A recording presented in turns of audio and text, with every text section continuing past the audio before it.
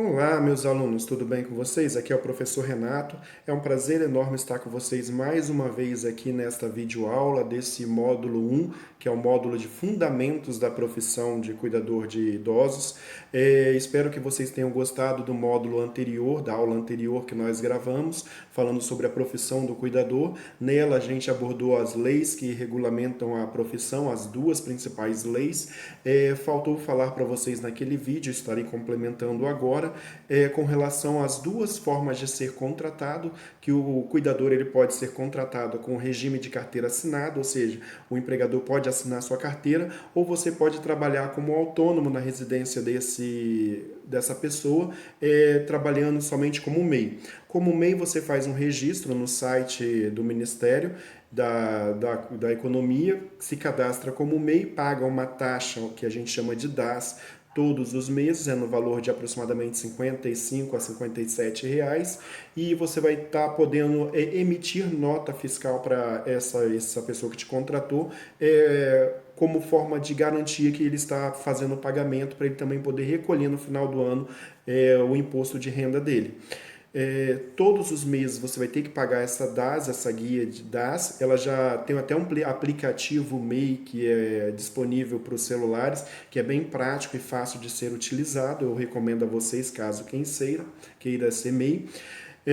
A diferença entre os dois é que você vai ter direito a FGTS e caso fique desempregado e receba somente um salário mínimo, você tem direito ao PIS.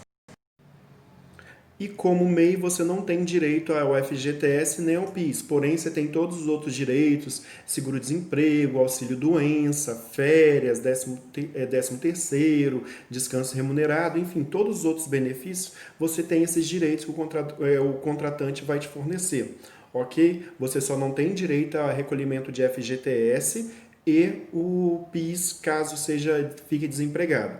Essa é a única diferença. Lembrando que para ambos, eu falei na aula passada e reafirmo agora, que há necessidade de ter um contrato de prestação de serviço assinado por ambas as partes. Tirando isso, a forma de contrato, a forma de trabalho é a mesma. Eu, particularmente, eu gosto muito da ideia do microempreendedor individual, que é o MEI.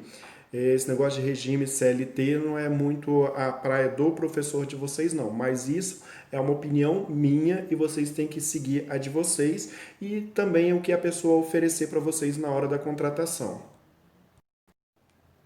Outro ponto importante que nós temos que observar, ainda falando da contratação, é algumas coisas que a gente tem que ter do nosso perfil profissional. A primeira coisa é com relação ao nosso celular. Nós temos que aprender a deixar o nosso celular um pouco de lado, nós temos que nos libertar desse aparelhozinho.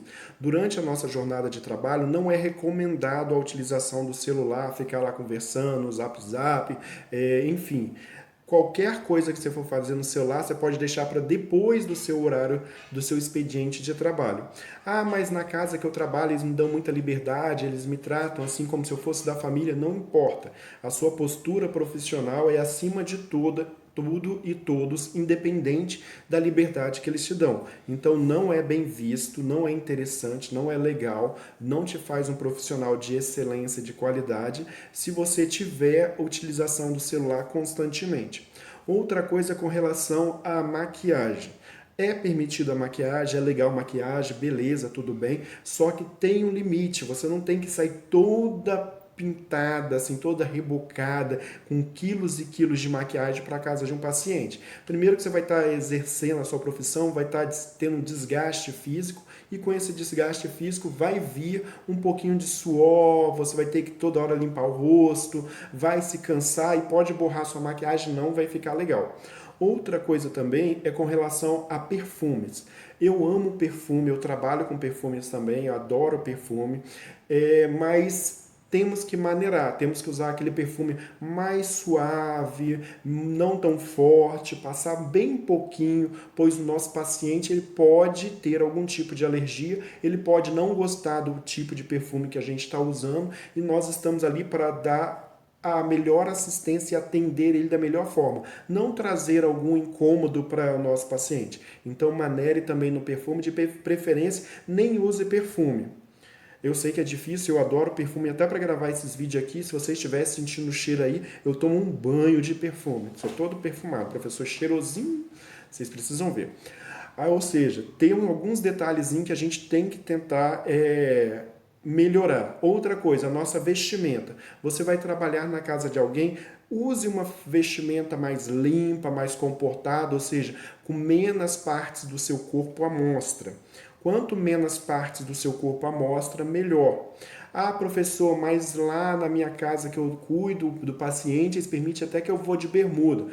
Show, beleza, você tem uma liberdade com eles aí. Só que não é interessante, não é porque eles deixam você usar bermuda que como profissional você vai usar bermuda. Lá você é um profissional da área que está atuando, representando toda uma categoria. Se você vai de bermuda, o que eles vão pensar da gente? Imagina você ir num hospital, ser atendido pelo médico, e o médico está lá de bermudinha.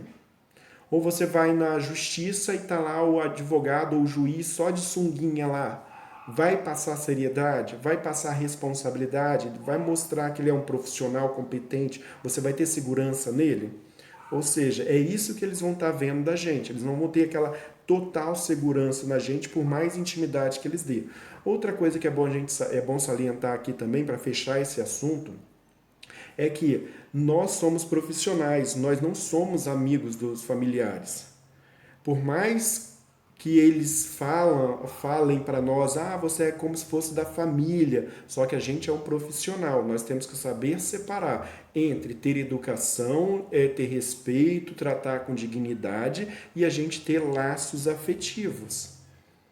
É muito complicado isso.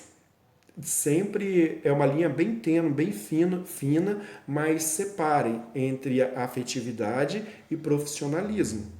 Quando você se envolve muito com o paciente, com o familiar principalmente, eles começam a pedir muita coisa para você. Eles colocam uma sobrecarga de trabalho em cima de você e isso não é legal. E depois eles vão fazer uma cobrança muito grande caso alguma coisa dê errado ou não seja feita. Então é melhor separar cada um no seu quadrado e vamos para a aula que é o que interessa a gente, tá ok? Vamos ver o nosso novo assunto. Vamos lá? O nosso novo assunto de hoje é cuidando do cuidador. Nós vimos na aula passada que uma das coisas que a lei pede é que o cuidador tenha uma boa condição física, que eu falei para vocês, e mental. Então a gente tem que cuidar do nosso físico e do nosso mental. Não só mental, mas eu também acrescentei aí o espiritual, que a gente vai estar falando um pouquinho. Então, os cuidados com a saúde do cuidador influem algumas coisas que eu vou estar lendo aí o tópico e depois vamos comentar tópico por tópico para ficar mais fácil, mais compreensível. Primeiro vamos falar sobre o check-up médico, a mudança de hábitos, a prática de atividades e exercícios físicos, o descanso, o lazer. Aí você pode dizer, professor, mas tem diferença entre descanso e lazer? O meu lazer é descansar. Tem vários alunos que falam isso para mim, mas tem diferença sim. Os exercícios mentais, a vida espiritual. Olha só, é bastante tema que a gente vai ter que comentar aqui com vocês. Vamos falar sobre cada um deles agora? Sobre o check-up. O que você vai fazer? A partir de agora, você vai fazer uma pergunta para você. Vamos começar. Se pergunte, quanto tempo eu não procuro um médico? Ou quanto tempo eu não vou no médico para poder fazer um check-up geral da minha saúde? Responde aí. 5 segundinhos para vocês responderem. Sabia que vocês iam responder que tem muito tempo. Geralmente as mulheres ainda procuram mais vezes, mas nós homens é difícil. Geralmente a gente só procura um médico quando já está alguma coisa bem complicada na nossa vida. E a gente tem que mudar esse hábito. A partir de agora, vocês vão começar a se preocupar, já vai arranjando um tempinho aí, mesmo com essa pandemia, já dá uma ligadinha para a unidade de saúde de vocês, dá uma passadinha lá, veja quando tem a previsão de voltar, quando vai começar a marcar as consultas, já começa a se organizar para isso. Você vai marcar uma consulta com o médico, vai procurar marcar essa consulta e durante a consulta você vai dizer para ele, doutor, olha, o negócio é o seguinte, eu estou entrando para a área de saúde agora, estou fazendo um curso de cuidador de idosos, estou me especializando e eu preciso saber como está a minha saúde. Eu gostaria de fazer um check-up geral. Tem como você pedir para mim todos os exames possíveis de sangue, fezes, urina. Aproveita também e pede aqueles exames mais indesejados, que são os exames das doenças sexualmente transmissíveis, que é HIV, hepatite, sífilis. Pode pedir também, eu quero fazer tudo. A partir de agora eu vou cuidar da minha saúde e para isso eu preciso saber como que ela está. Sempre quando você vai na consulta, antes de você chegar no consultório do médico, as meninas da enfermagem vão aferir a sua pressão, algumas medem até a temperatura, principalmente agora nesse período de pandemia, é obrigatório elas estarem aferindo a temperatura.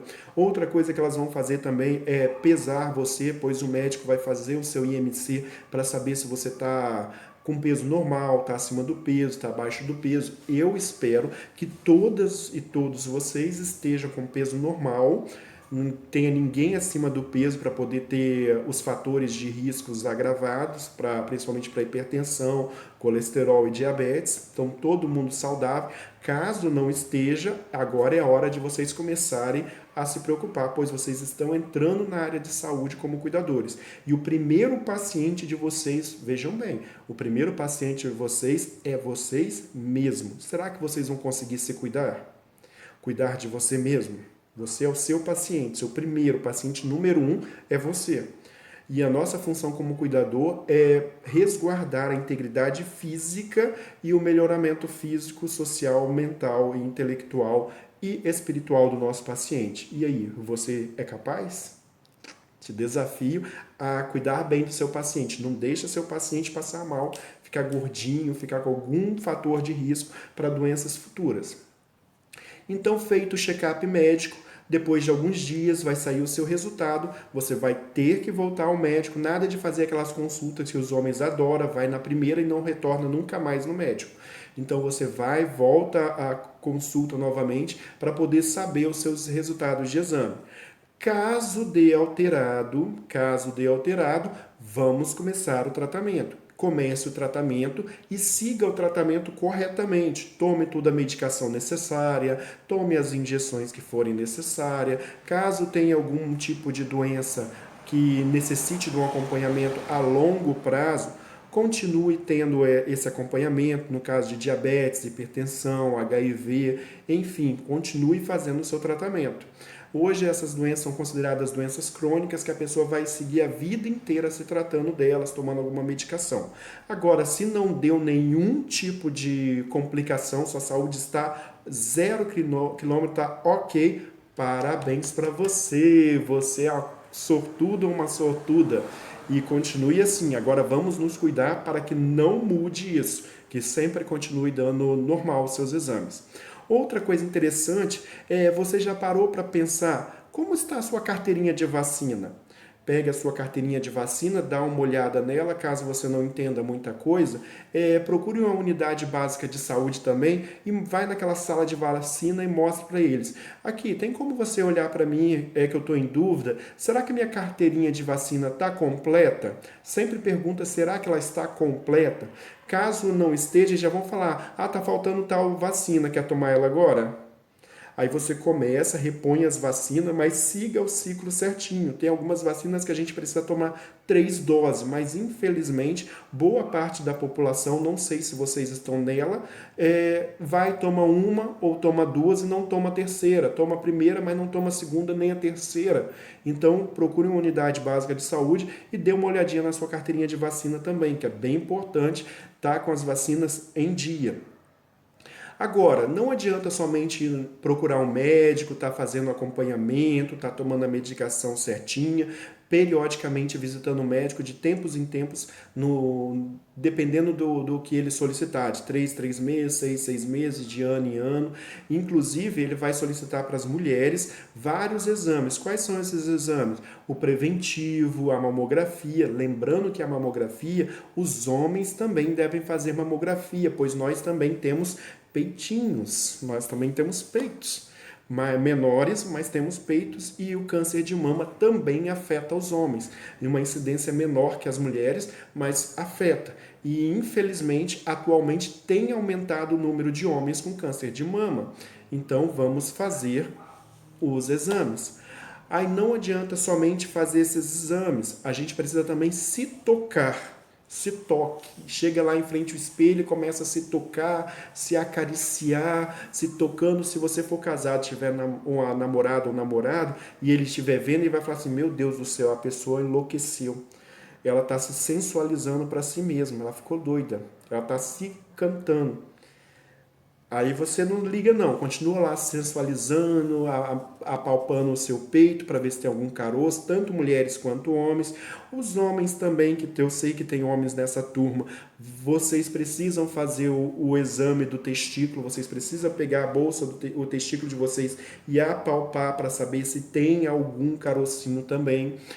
Caso não tenha algum carocinho, caso você não queira olhar, tenha vergonha, peça a sua esposa para estar olhando para você, o seu parceiro, a sua parceira. Peça para ele apalpar o seu testículo para ver se tem algum carocinho. Eu sei que ele vai gostar, imagina. Enfim, você vai estar fazendo essa prevenção todinha, mas nisso não adianta se você não mudar alguns hábitos na sua vida. O primeiro hábito é de fazer o acompanhamento médico e se cuidar. Agora, o outro hábito que você tem que fazer é o hábito de se alimentar corretamente, ter uma alimentação saudável. Nossa, lá vem ele com esse papo de alimentação saudável, não aguento isso. Eu tô aqui com meus 200 quilos, tô brincando, tem ninguém com 200 quilos. É só uma suposição. Estou aqui com meus 200 quilos e ele vem falar em alimentação saudável. Eu adoro aquele churrasquinho com aquela carne gorda. Eu adoro todas as carnes que sejam gordas. Eu como quase 1 quilo no almoço e na janta. Como os 3, 4 pães só no café da manhã, mais os 3, 4 pães no café da tarde. Amo comer doce. Isso não vai te pertencer mais. Agora, alimentação saudável. Se você é uma dessas pessoas, caso você se encaixe nesse quadro de fazer poucas refeições por dia, geralmente só o café da manhã, o almoço e às vezes nem café da tarde você toma, pois o tempo é muito corrido e só vai jantar. Quando janta ou quando almoça, uma das duas refeições é a sua refeição principal e você exagera na quantidade de comida, pois você vai passar uma longa jornada do dia sem se alimentar pela sua jornada de trabalho, pelas suas atividades do dia a dia. Ou seja, você vai ter que mudar isso. Tranquilo? Vamos mudar isso? Vamos começar a fazer agora de 5 a 6 refeições diárias. Fragmentar aquela quantidade que a gente comia em várias porções durante o dia. Só que aquela quantidade que eu comia, eu vou ter que controlar ela. Se eu comia muito, eu vou ter que reduzir. Se eu comia pouco demais, eu vou ter que aumentar um pouquinho. E vou ter que mudar os ingredientes, mudar o que eu estou comendo. Deixar de comer enlatados, embutidos, alguns frios que são, por exemplo, presunto, que eu adoro um presuntinho no pão, adoro uma mussarela, são embutidos, eles contêm uma quantidade de sal muito grande, e o sal, o sódio, ele faz um mal danado para o nosso corpo. O professor gosta de passar aquela Nutellazinha no pão. Mas a Nutella também tem muito conservante para ela durar, a duração dela de 2, 3 anos, é porque eles colocam muito conservante. Esses conservantes que eles colocam nos alimentos, já foi comprovado que eles aumentam a chance de vários tipos de cânceres. Ou seja, vamos dar preferência a alimentos in natura. Você comprar o alimento, você processar o alimento na sua casa e cozinhar esse alimento. Professor, mas eu não sou chegado em fazer alimento assim na hora, eu gosto de uma coisa mais prática, mais fácil. É uma coisa mais fácil, mas que a facilidade hoje em dia, a praticidade hoje em dia, tem aumentado a quantidade de obesidade, de sedentarismo. Nem tudo que é prático faz bem para a saúde. Na verdade, quase tudo que é prático não faz bem para a saúde. Outra coisa que a gente vai ter que deixar, ter o hábito, além de mudar o hábito alimentar, comer somente coisas saudáveis, é mudar o hábito de tomar alguns tipos de bebidas alcoólicas. Se eu bebo, eu vou ter que reduzir a quantidade de bebidas alcoólicas que eu estou ingerindo. Agora, no momento, está me dando prazer, é uma coisa que eu gosto. Todo final de semana tomar uma cervejinha, ou todo dia de noite tomar uma cervejinha, um vinhozinho, um conhaque, uma bebida que seja. Tem que reduzir, que isso não faz bem. É provado cientificamente que o vinho, pelo menos uma tacinha, que é aquela tacinha, a taça desse tamanho, coloca ele pouquinho na taça, uma vez por dia, ainda faz bem para o coração. Só que você não vai exagerar na dosagem de vinho também, porque você ouviu falar que faz bem para o coração, não é verdade? É um pouquinho faz bem, muito não. Outra coisa que eu vou ter que deixar de lado é que se eu tenho o hábito de fumar um cigarro, 2 por dia, uma cartela, 2 cartelas de cigarro, 2 maços, não sei se fala maço ou cartela, que eu não sou tabagista, você vai ter que deixar de ter esse hábito, que isso é um hábito prejudicial tanto para você quanto para as pessoas que estão ao seu redor e principalmente para o seu profissionalismo, que o cigarro deixa um cheiro grudado na pessoa, a pessoa praticamente vira um cinzeiro. Fica aquele cheiro forte de cigarro e isso pode incomodar o seu paciente, principalmente se ele não for tabagista, os familiares não forem tabagistas. Agora, você imagina se ele for evangélico, então, que eles são contra o cigarro, a utilização de cigarro. Provavelmente eles vão acabar te mandando embora por isso. Então, a gente tem que mudar esse hábito também. Agora, alguns outros hábitos que a gente vai ter que ter é a prática de atividade e exercício físico. Mais para frente, a gente vai falar um pouco sobre a diferença entre atividade física e a prática de exercícios físicos. Se tem diferença entre atividade e exercício, e há sim uma diferença entre eles. Mas neste momento a gente vai ter que fazer uma atividade física e vamos ter que fazer pelo menos uma prática de exercício físico. A atividade física que vocês vão ter que fazer, que eu recomendo que todos tenham que fazer pelo menos uma vez ao dia, ao acordar principalmente, é a famosa espreguiçar ou alongamento. Alongamento, esticar os braços para cima, esticar os braços para o lado, para trás, para baixo, virar a cabeça para um lado, para o outro, rodar a sua cabeça. Todo dia de manhã você fazer, que tem uma série de exercícios de alongamento, atividades de alongamento, que você pode fazer no seu dia a dia. Essas atividades de alongamento, além de você fazer para você, você pode estender ela para o seu paciente, principalmente para aquele paciente acamado, que não consegue fazer nada sozinho. Você vai pegar ele e você vai alongar o seu paciente. A gente vai ver isso mais para frente em um módulo específico de atividades. Outra coisa que você vai ter que começar a fazer para mudar o seu hábito como cuidador é fazer uma prática de exercício físico. Eu recomendo começar pela caminhada, que é o mais simples, o mais básico, e foi predestinado por Deus para o homem que é caminhar. Só que o homem não quer caminhar, o homem quer praticidade. O homem que criou bicicleta, criou moto, criou carro, para não precisar andar. Hoje em dia, pergunta se alguém gosta de andar. Chama para alguém andar um pouquinho. Ah, não, cansa demais, aí a pé não quero não. Tanto que até os homens podem falar muito disso, que é mais fácil o homem que tem carro conseguir uma namorada, uma esposa, alguém assim, sair com uma mulher, do que o homem que não tem. Porque as mulheres, principalmente, né, desculpem minhas amigas aí que estão assistindo, minhas alunas, boa parte das mulheres elas gostam sim de sair de carro para não sujar os seus belos sapatos, ou porque vão estar usando um salto, porque não gostam de suar e querem estar cheirosinha, limpinha, e caminhar geralmente tem esse contratempo. Mas é suma importância para a gente. Outra coisa importante que a gente vai ter que criar o hábito é o hábito do descanso, descansar. Tirar no mínimo de 6 a 8 horas por dia para a gente estar descansando. Isso é uma coisa muito difícil no dia a dia agora, as rotinas que nós temos, que é bem puxada, o nosso dia a dia, muita atividade fora de casa, depois chega em casa, mais atividade dentro de casa. Só que a gente tem que saber que as atividades ficam, a gente não. Nós temos uma vida e a nossa vida é curta. É importante a gente cuidar dessa vida para que ela se prolongue, e se prolongue com qualidade. Que a gente chegue a uma terceira idade onde a gente esteja ativo, forte, tenha uma vivacidade no nosso corpo. Para isso a gente precisa de um descanso. Então, até para nossa pele, para não criar tantas rugas, igual o professor de você aí, cheio de ruga, ó, a pele toda enrugada. Já estou quase 50 anos aí, estou todo enrugadinho aqui, tá vendo? Se vocês se cuidarem, vocês não ficarem tão enrugados igual eu. Brincadeiras à parte, mas a gente precisa de 6 a 8 horas de descanso. Tire esse tempo para você. Comece dormindo um pouquinho mais, um pouquinho mais, um pouquinho mais. Ah, eu durmo só 5 horas. Ah, tenta dormir um pouquinho mais cedo. Meia hora mais cedo, 20 minutos mais cedo. E cada vez de 20 em 20 minutos, 30 em 30 minutos, quando você for ver, você já está conseguindo fazer suas 6 a 8 horas por dia de descanso. E você vai ver que você vai estar com mais disposição. E com mais disposição você consegue fazer mais coisa no seu dia a dia. E essa disposição, galera, essa disposição vai fazer com que você consiga realizar suas atividades do dia a dia num tempo mais curto, ou seja, vai sobrar tempo no seu dia.